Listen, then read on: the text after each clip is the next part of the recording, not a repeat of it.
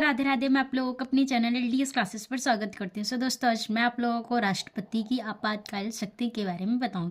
राष्ट्रपति 3 स्थितियों में आपातकाल ला सकते हैं। पहला आपातकाल है राष्ट्रीय आपातकाल। अनुच्छेद 352 में कहा गया है कि जब कभी विदेशी आक्रमण हो जाए या सशस्त्र विद्रोह हो जाए तो मंत्रिमंडल की सिफारिश पर राष्ट्रपति राष्ट्रीय आपातकाल की घोषणा कर सकता है। अर्थात जब कभी भी विदेशी आक्रमण हो जाए या सशस्त्र विद्रोह हो जाए तो उस स्थिति में मंत्रिमंडल की सिफारिश पर राष्ट्रपति राष्ट्रीय आपातकाल की घोषणा कर सकते हैं। घोषणा के 30 दिन के अंदर संसद के दोनों सदनों द्वारा राष्ट्रीय आपातकाल का अनुमोदन मिलना जरूरी है। अर्थात जब राष्ट्रपति राष्ट्रीय आपातकाल की घोषणा कर दे तो उसके तुरंत बाद अर्थात 30 दिन के अंदर अंदर दोनों सदन अर्थात लोकसभा और राज्यसभा से अनुमोदन प्राप्त होना जरूरी है। यदि राज्यसभा अनुमोदन कर दे और लोकसभा भंग हो गई हो तो लोकसभा का चुनाव होने के बाद 30 दिन के भीतर अनुमोदन करेगी। अर्थात यदि जो राज्यसभा है वह अपना अनुमोदन दे दी हो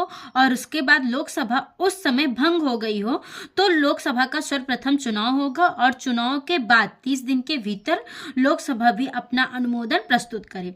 यदि 6 माह के भीतर दोनों सदनों से अनुमोदन मिल जाए तो राष्ट्रीय आपातकाल को अनंत काल तक बढ़ाया जा सकता है। अर्थात यदि राष्ट्रीय आपातकाल को 6 महीने के अंदर दोनों मतलब कि लोकसभा और राज्यसभा से अनुमोदन प्राप्त हो जाए तो राष्ट्रीय आपातकाल को अनंत काल तक बढ़ाया जा सकता है।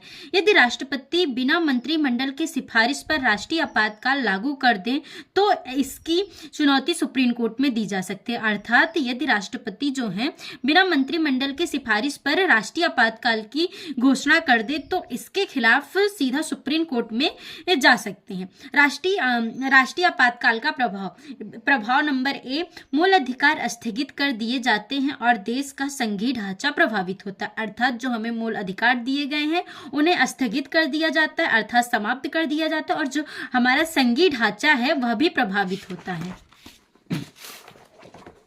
और जो बी है अनुच्छेद 359, आपातकाल के दौरान राष्ट्रपति को यह अधिकार है कि वह अनुच्छेद 20 और 21 को छोड़कर किसी भी मूल अधिकार को स्थगित कर सकता है। अर्थात राष्ट्रपति आपातकाल की स्थिति में अनुच्छेद 20 और 21 को छोड़कर किसी भी मूल अधिकार को स्थगित कर सकता है। अनुच्छेद 19 में दिए गए विभिन्न प्रकार के मूल अधिकारों को स्थगित कर दिया जाता है। अर्थात जो अनुच्छेद 19 में हमें मूल अधिकार दिए गए हैं हमारे, उन्हें भी स्थगित कर दिया जाता है। राष्ट्रीय आपातकाल के दौरान राज्य सरकार राज्य सरकार जो है शक्ति विहीन हो जाती है, मतलब जो राज्य सरकार की शक्तियां हैं वह कमजोर हो जाती हैं।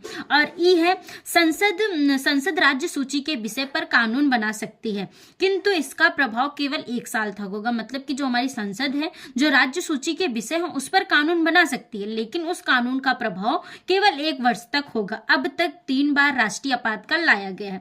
वर्ष 1962 में चीन युद्ध और 1971 में बांग्लादेश संकट और 1975 में आंतरिक अशांति। और हमारा दूसरा आपातकाल है राजकीय आपातकाल या राष्ट्रीय आपातकाल अनुच्छेद 356।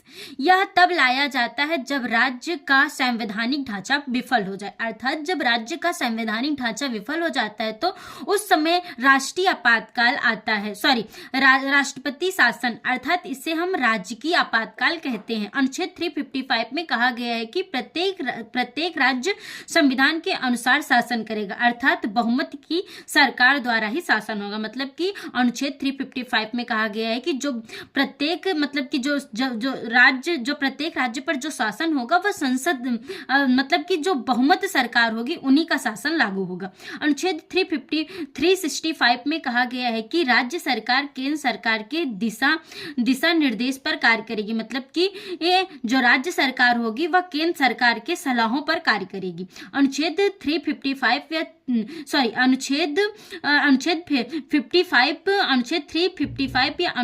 या अनुच्छेद 365 का कोई राज्य उल्लंघन करेगा तो राज्यपाल की सूचना पर मंत्रिमंडल के सिफारिश द्वारा राष्ट्रपति के हस्ताक्षर द्वारा उस राज्य में राजकीय आपातकाल लागू कर दिया जाएगा जिसे राष्ट्रपति शासन कहते हैं।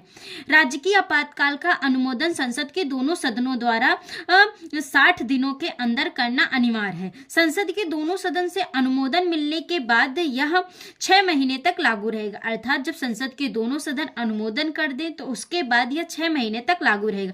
6 महीने तक अनुमोदन करके इसे अधिकतम 3 वर्ष तक बढ़ाया जा सकता है। मतलब कि जो हमारा राष्ट्रीय शासन है इसे 6 महीने अर्थात 6 महीने अगर एक बार 6 महीना पूरा हो जाए तो वो संसद में दोनों सदनों के अनुमोदन मिले और ऐसा कर करके 6 महीने कर करके 3 वर्षों तक इसे बढ़ाया जा सकता है। राजकीय आपातकाल के प्रभाव। नंबर ए प्रभाव, राज्य की सारी कार्यपालिकी शक्ति राज्यपाल के हाथों में चली जाती है। अर्थात जो राज्य की कार्यपालिक शक्ति होती है वह राज्यपाल के हाथों में चली जाती है।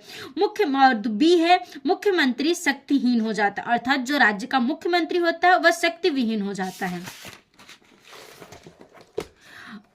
राज्य की विधायकी शक्ति संसद के पास चली जाती है। अर्थात जो राज्य की विधायकी शक्ति होती है वह संसद के पास चली जाती है। राज्य का बजट संसद में प्रस्तुत होता है। मतलब जो राज्य का बजट होता है वह संसद में प्रस्तुत होता है। तीसरी प्रकार की आपातकाल है वित्तीय आपातकाल, अनुच्छेद 360। इसे अमेरिका के संविधान से लिया गया है। यह तब लागू होता है जब देश की वित्तीय स्थिति खराब हो। अर्थात जब देश में आर्थिक संकट आता है तो उस समय वित्तीय आपातकाल लागू होता है। इसे मंत्रिमंडल की सलाह पर राष्ट्रपति लाते हैं। अर्थात यह आपातकाल तब लाया जाता है जब मंत्रिमंडल के सलाह पर राष्ट्रपति लाते हैं। संसद के दोनों सदनों द्वारा 60 दिन के अंदर अनुमोदन मिलना आवश्यक है। यदि राज्यसभा अनुमोदन कर दे और लोकसभा पहले ही भंग हो गई हो तो नई लोकसभा 30 दिन के भीतर अनुमोदन करेगी। अब तक एक बार अनुमोदन मिलने के बाद तब तक लागू रहेगा जब तक कि संसद इसे स्वयं न हटाए। मतलब कि वित्तीय आपातकाल तब तक लागू रहेगा जब तक इसे संसद स्वयं न हटाए। अब तक वित्तीय आपातकाल लागू नहीं हुआ। अभी तक हमारे देश में एक बार भी आर्थिक संकट की स्थिति में वित्तीय आपातकाल लागू नहीं किया गया। वित्तीय आपातकाल के प्रभाव। राष्ट्रपति के वेतन को छोड़कर शेष सभी सरकारी कर्मचारी के वेतन में कटौती की जाती है। अर्थात जो राष्ट्रपति हैं उनके वेतन में कटौती नहीं की जाएगी और शेष जो सरकारी कर्मचारी हैं उनके वेतन में कटौती की जाएगी। और जो दूसरा भी है सरकारी खर्चे में कटौती कर ली जाएगी। मतलब कि जो सरकारी खर्चे हैं उसमें भी कटौती कर ली जाएगी। और सी है टैक्स बढ़ा दिया जाएगा। मतलब कि जो हमारे टैक्स होते हैं उसमें भी बढ़ोतरी की जाएगी। सो दोस्तों धन्यवाद। कैसी लगी वीडियो कमेंट सेक्शन में जरूर बताएं।